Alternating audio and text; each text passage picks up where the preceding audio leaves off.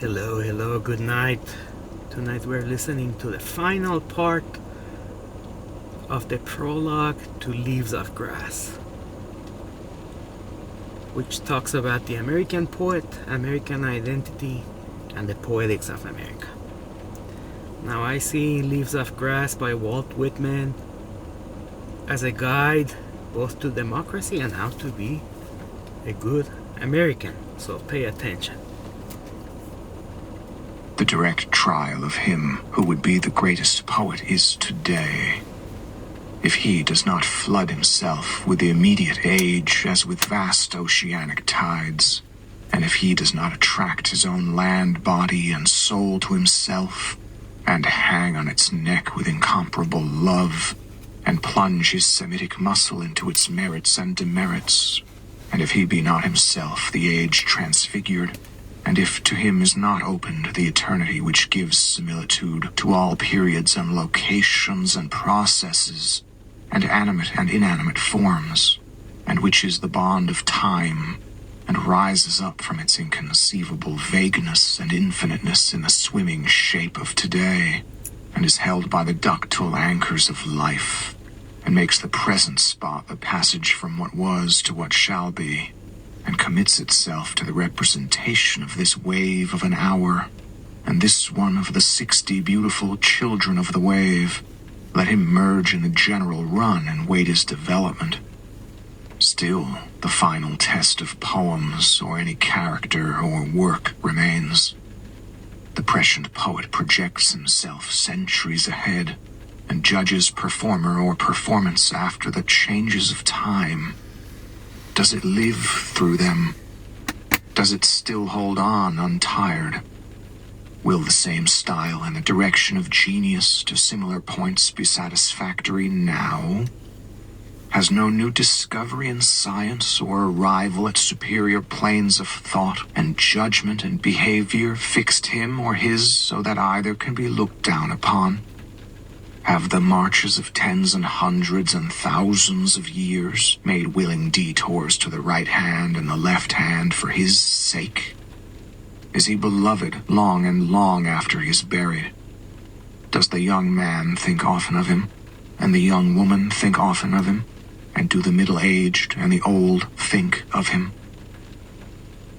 A great poem is for ages and ages in common, and for all degrees and complexions, and all departments and sects, and for a woman as much as a man, and a man as much as a woman. A great poem is no finish to a man or woman, but rather a beginning. Has anyone fancied he could sit at last under some due authority and rest satisfied with explanations, and realize and be content and full? To no such terminus does the greatest poet bring. He brings neither cessation or sheltered fatness and ease. The touch of him tells in action. Whom he takes with firm, sure grasp into live regions previously unattained. Thenceforward is no rest. They see the space and ineffable sheen that turns the old spots and lights into dead vacuums. The companion of him beholds the birth and progress of stars, and learns one of the meanings. Now there shall be a man cohered out of tumult and chaos. The elder encourages the younger and shows him how. They two shall launch off fearlessly together till the new world fits an orbit for itself, and looks unabashed on the lesser orbits of the stars, and sweeps through the ceaseless rings, and shall never be quiet again. There will soon be no more priests. Their work is done. They may wait a while, perhaps a generation or two, dropping off by degrees. A superior breed shall take their place. The gangs of cosmos and prophets en masse shall take their place. A new order shall arise, and they shall be the priests of man, and every man shall be his own priest. The churches built under their umbrage shall be the churches of men and women. Through the divinity of themselves shall the cosmos and the new breed of poets be interpreters of men and women, and of all events and things. They shall find their inspiration in real objects today, symptoms of the past and future.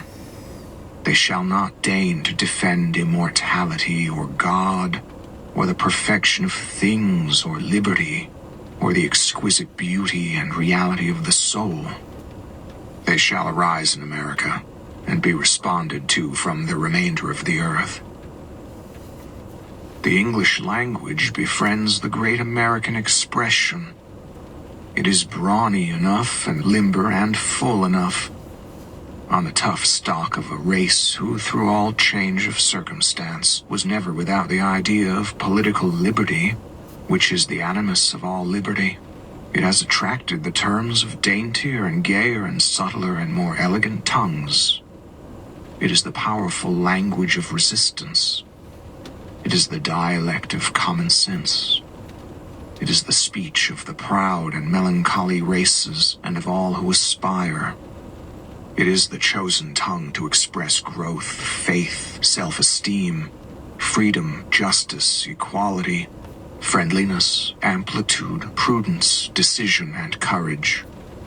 It is the medium that shall well nigh express the inexpressible.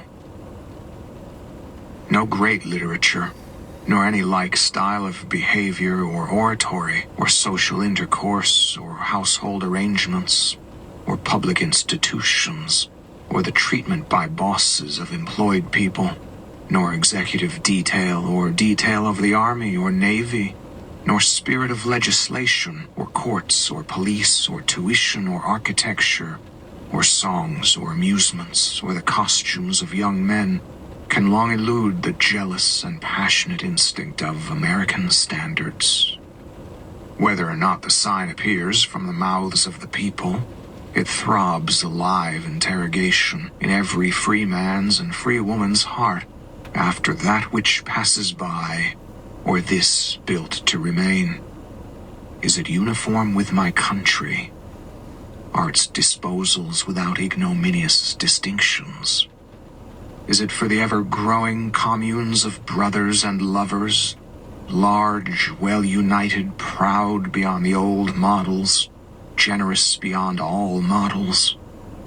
Is it something grown fresh out of the fields, or drawn from the sea for use to me, today, here? I know that what answers for me, an American must answer, for any individual or nation that serves for a part of my materials. Does this answer, or is it without reference to universal needs, or sprung of the needs of the less developed society of special ranks, or old needs of pleasure overlaid by modern science and forms? Does this acknowledge liberty with audible and absolute acknowledgement, and set slavery at naught for life and death? Will it help breed one good-shaped and well-hung man, and a woman to be his perfect and independent mate? Does it improve manners? Is it for the nursing of the young of the Republic? Does it solve readily with the sweet milk of the nipples of the breasts of the mother of many children? Has it, too, the old ever-fresh forbearance and impartiality? Does it look with the same love on the last born, and on those hardening toward stature, and on the errant, and on those who disdain all strength of assault outside of their own? The poems distilled from other poems will probably pass away. The coward will surely pass away. The expectation of the vital and great can only be satisfied by the demeanor of the vital and great. The swarms of the polished deprecating and reflectors and the polite float off and leave no remembrance. America prepares with composure and goodwill for the visitors that have sent word. It is not intellect that is to be their warrant and welcome. The talented, the artist, the ingenious, the editor, the statesman, the erudite, they are not unappreciated. They fall in their place and do their work. the soul of the nation also does its work. No disguise can pass on it. No disguise can conceal from it. It rejects none. It permits all. Only toward as good as itself, and toward the like of itself, will it advance halfway. An individual is as superb as a nation when he has the qualities which make a superb nation. The soul of the largest and wealthiest and proudest nation may well go halfway to meet that of its poets. The signs are effectual. There is no fear of mistake. If the one is true, the other is true. The proof of a poet is that his country absorbs him as affectionately as he has absorbed it. You have been listening to Leaves of Grass. Well, wonderful. We just finished the prologue to Leaves of Grass. It was about 1 hour. This was the final part. So if you ever need a reminder about the concept of America, how to be an American, or what values we espouse, listen or read Leaves of Grass, the greatest American poem. So having said that, God bless you, God bless America, have a good night.